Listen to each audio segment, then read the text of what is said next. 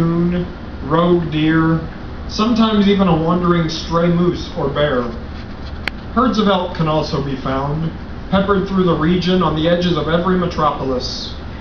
A person really connects with the wildlife, driving leisurely around, searching for them gives life to the Northwesterner's soul. Outings made with the windows down, allowing the scent and feel of the outdoors in during warm spring, summer, and fall months.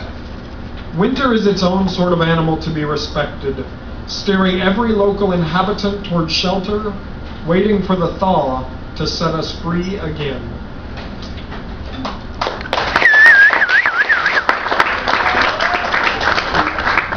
That concludes my nice poetry for the evening. Now we're going to jump into a set of poems from my book, The Virgin Journals. I did bring a few copies. They're cheap. They're $10 each. And if you're not offended by these next 6 or 7 poems, please buy the book, and I promise there's something in there that might offend you. I'm going to start out with a 2-line one called Description of Me. Tender innocence wrapped in a certain wickedness. A lifetime of experience, yet kept in blessed ignorance. Okay, so now we're going to jump into a poem called Therapeutic Massage. I had to give you that little bit first before this. The innocence I speak of is wrought in indecision. The simplicity of knowledge for money abounds in this world, and the pleasures it would bring may be immense. Touch for money is legal in the ways that I use it, and brings a climactic experience so close to my lips. Not sensual, but sexual nonetheless, in its powerful heat emanating between us 2 bodies. Only one was woman enough to express the heat that she felt, but others I know have come close to saying such things. The sweat drips not off of me, but off of their brow, as my body simply shivers in a state of undress. Exposed to the music, the light, the heat, to the undoubtedly confused pair of eyes owned by the women with skilled fingers and hands. I feel better when it's over. Most often men do. But the frustration that it leaves me feeling is spent, solemnly alone. So thank you. Next up, I'm going to do a poem that many of you have probably heard, and it kind of deals with the loneliness of my position, and it's called When No One Is Around. I am alone for mere seconds before my body feels the urge to run. Based on an ancient fight or flight mechanism from generations long since past. Forgotten in today's hectic society, but obviously longed for within me, as any feelings of loneliness are fought tooth and nail. From the time that I was a small boy riding in the back of the van at night, gently yelling to the front, "Mom?"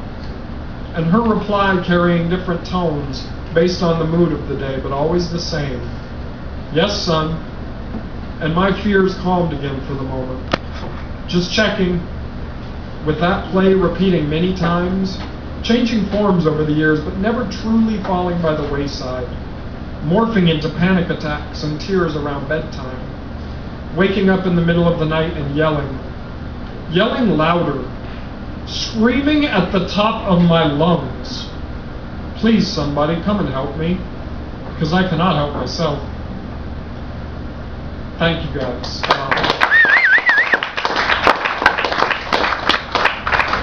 I'm going to go into another one that I've got memorized from my book. And our good friend Jonathan Potter, who was featured here a couple of months ago, was kind enough to write a testimonial on the back of my book. And this poem is his favorite and one that he referenced in the testimonial. It's called First Person Fight. Feeling the need to write is a bitch when nothing is ready to be put on paper. Thoughts taunt as they dip and dive around columns in the mind, ready to break free with something creatively astounding, if only a net could be wrapped around them. Follow them here, follow them there, sure I'd like to fuck you anywhere. Walking on by me all smiling and nice, your lips made of soda and my cock made of ice. The excitement it rises as the thoughts come and go, trying to hold on but I already know, that I won't get them down before they flee from my mind. Because the first person's back, as much as I tried to avoid using that narcissistic word, just one letter in length that ruins free association because it comes with constraints. A big fucking wheelchair and soul made of glass. Beautiful to look through, but in danger of a crash. Thank you.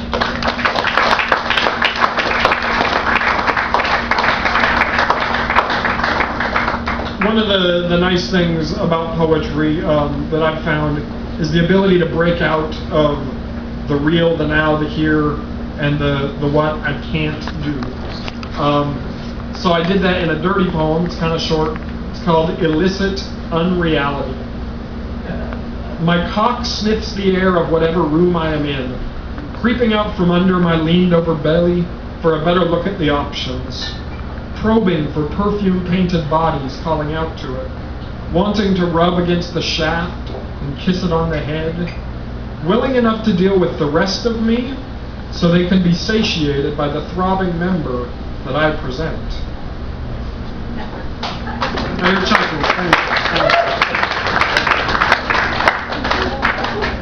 I'm going to give you guys two more poems, one short one, and I'm going to save it for the end that is from my book, and then this longer piece, so you might want to buckle in for this one. It's called 10 Ways I Finally Came Clean. 1. One of my relatives slipped me a lingerie magazine when I was 11, and I proceeded to get dirty. 2. A button on the television remote control scrambled the channels that did not regularly come in to provide just enough clarity that newly visible body parts made the dusty new layer of my soul deepen into potable soil with each new shot of seed delivered into my shorts. 3.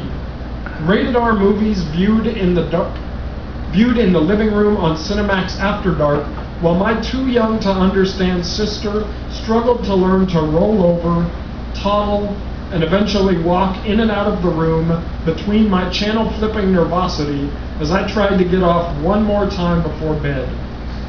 4.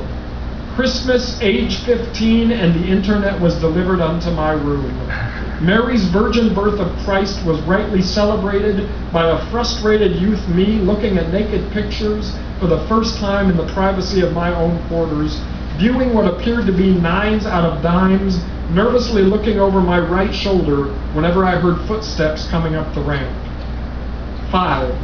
I was caught once by high school officials during my junior year for extracurricular browsing in the computer laboratory, but got off scot-free due to a clever lie dressed up with real emotion, though they were nervous tears rather than the innocent kind, and someone else's ineptitude for the same crime committed on the same day, making me realize I was not the only dirty fellow around.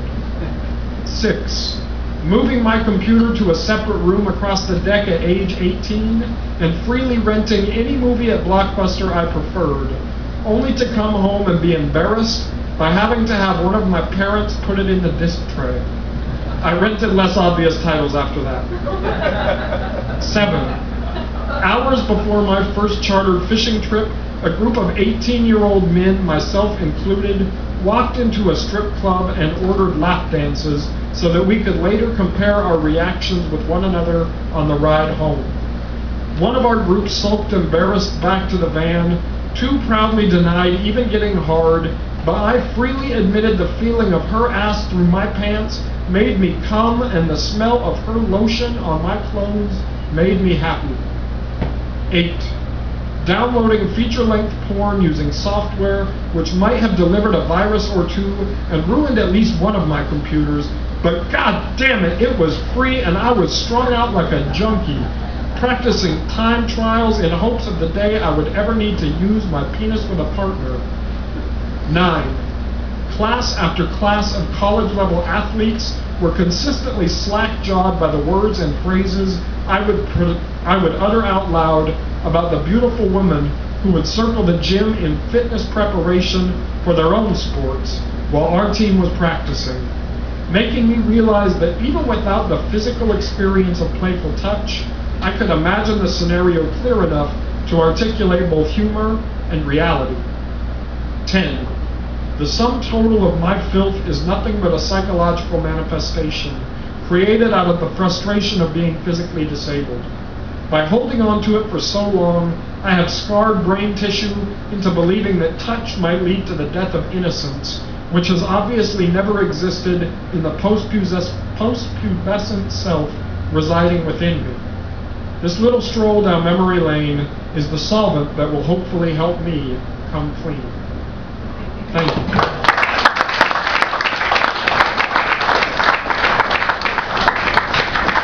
And for the last poem of the night, something hopeful, even though it doesn't really start out that way. Ocean Writing number 1. The next wave is your horizon, the world is going to end. Like a shot from a pitching wedge, your eyes begin to spin. Mind is weak, never tested, you're going to give in. Put the barrel to your temple, make peace before you die. Wait! The wave is crested. See the clear blue sky? Thank you, guys.